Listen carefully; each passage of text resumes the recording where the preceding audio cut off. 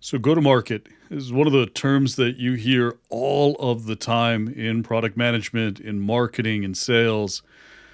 What is go to market?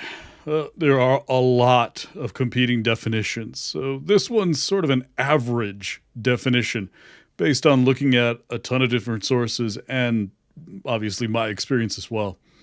So, your go to market strategy is a plan that outlines how the business can introduce a new product or service to its customers. But the main objective is you need to achieve your sales targets. That includes marketing, it includes a lot of the business. But what you're trying to do is bring the product to market and meet some revenue and margin targets. So here are the most common elements of a go-to-market strategy. Again, you'll hear some debate on this. So expect sometimes to hear, oh, that's not exactly, well, actually. But just keep that in the back of your head. These are the most common ones. You need a definition of your target market and your buyers. So buyer personas, customer journey, that's something I'm going to cover in a different video. Value proposition. Why would a customer buy this? What is it delivering to the customer? And what are they paying for, really? That could be an outcome. It could be an experience. It could be something else. So we need to define the value proposition and explain why this is different than other products and services, assuming that you're going into a market where there is some competition or some substitute products. We need a marketing plan. What does that mean? Well, it's not enough to simply hang up a product and hope people show up. We have to figure out how we're going to get people to see it and attract them to buy it. So things like channels. What is a marketing channel? That could be any place that you serve ads or serve content so people can see and discover your product. Obviously, tactics. I mean, what are you going to do tactically? How are you going to execute? And how much is this going to cost? What does it cost to reach your target audience? A number of different ways to do that. It's fairly self-explanatory. I might do a video on marketing strategy if you're interested, but most of us understand product marketing pretty well. What I'm going to be focusing on in this video is your sales strategy. Specifically, how do you engineer a sales funnel? So the sales strategy defines your pricing, but really more than that. It defines how you are going to get the product into people's hands. How are they going to buy it?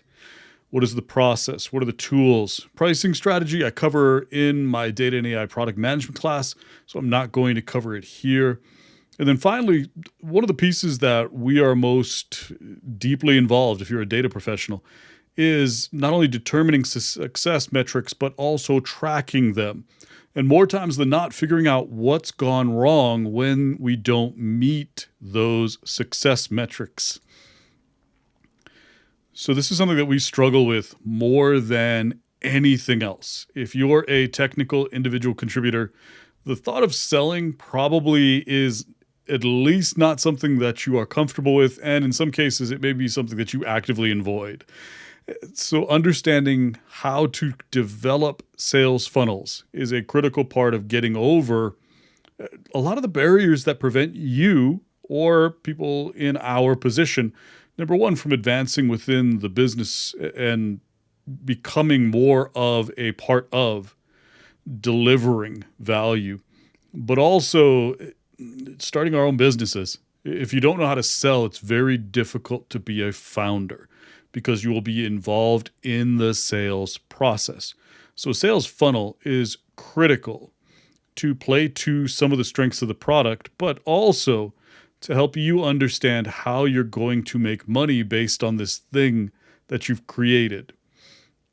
So it's essential for any business that wants to launch a new product or a service, because part of it is really identifying that market opportunity and understanding customer needs. But it's also this construct of how do I communicate the product benefits? How do I explain the features? How do I optimize our sales and marketing efforts to achieve those goals, to make it to our sales targets? So if I were going to do a go-to-market for one of my products, let's say it was one of my courses, how would I do that? Talk about distribution, right? We need the access to distribution. That's what marketing does, is it gets the product in front of as many customers as possible. What am I doing right now? These videos are all about product management. And if I wanted to take you down the sales funnel, what am I doing right now? I'm inserting myself into a conversation about product management. In this case, the conversation is teaching you about product management. What do my courses do? Well, they also teach you about product management, but in a much more specific way, talking about data and AI product management. So you can see I am doing a little bit of marketing here. I'm inserting myself into a conversation and raising awareness about, number one, that I have these classes, but I'm also doing something interesting with this sales funnel. I'm teaching you. And if I get you accustomed to learning from me, it becomes more likely that you will buy one of my courses. If you enjoy my teaching style, what are you going to do next? If you have a desire, well, you probably end up converting. So you can see sales funnels have to have this component of behavioral understanding. If I wanted to move you down the sales funnel, I could do something like, if you want the slides to this video, subscribe to my newsletter, and I will give you access. Am I about to spam you with marketing? Is that my marketing strategy? No. So here's a bit of a bonus lesson that we're going to get into about my own sales funnel. So 30% of subscribers to my newsletter convert and buy one of my courses. It's a pretty good conversion rate. Why? Well, if you learn from my articles, same thing as these videos, and one of my courses aligns with your career path, you'll convert. That's what happens when your products align with customer needs and you understand how customers want the buying process to work. In go-to-market, you have to engineer this efficient sales funnel. Efficient sales funnels align with customer buying journeys, and I'll talk about that in another video. But it doesn't align with how the business wants customers to buy. And that's a critical component of sales funnels, is there has to be an alignment. And if we over-optimize for the way that the business wants you to buy, we do that at the expense of customers. The more we align the sales funnel with the way customers want to buy, the more likely it becomes, the higher conversion rates end up going. So you want me in these really sales pitches that I'm doing, you want me to teach you instead of pitching you. Once you get used to learning from me, and that can be in videos or content through my Substack newsletter, you'll convert to taking a course. So if my teaching style doesn't support your learning style, well, you won't convert. Why not? Well, because you realize this is not going to be helpful to you, and that's a good thing. Over the course of 3 years offering courses to the public, I've only issued 2 refunds. That's the power of alignment. If you give your customers enough information to make good decisions, well, then the people who are aligned best with the way that your product delivers value will convert.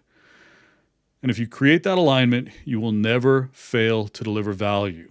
That's why, just me personally, I don't send spam. I think spam marketing is it's the wrong way to go because there's no alignment.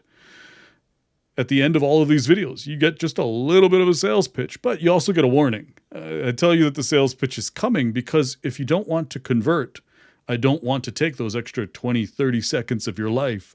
I want you to move on to the next video, learn something, achieve your objective. But this also might be because this is the time that you convert. This could be the moment where you decide it's time to take a class from me. And if it is, I need to make that as simple as possible. I need to create an alignment between your intent to buy and my intent to sell. So I need to make it easy for you to go and finish that sales process. But if this isn't the point in the sales funnel where you decide to convert, alignment means I don't want to waste your time with the pitch. And so you can see how I built a multi-layer sales funnel where you have discovery, you get almost a free sample, sort of like that Costco where you're walking around and you get free samples of food. And if you like it, it's a higher likelihood that you're going to go convert and buy. That is a lot of what my Substack newsletter does. It's a lot of what my content on social media does. And this video series, very similar objective.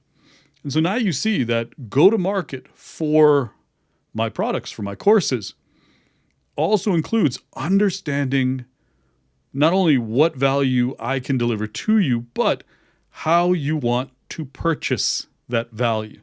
Go to market is the piece on the other side of the product. Many of the components that we build, sales funnel included, are parts of the product. They're part of my business's operating model, but it also has to align with delivering value to you in the way that you need it to, in almost an identical way to the product and how the product aligns with you. So that's a little bit about go-to-market from an engineering perspective, engineering a sales funnel. Now, of course, the pitch at the very end. If you're ready to learn data and AI product management from me, or you want to bring me in to help your business with AI strategy, AI product strategy, monetizing these technologies, DataScience.vin. Go there. You can find everything you need to about my courses, or connect with me and send me a message. We can start the conversation. Alignment, so critical. And when you align properly, selling is so much easier.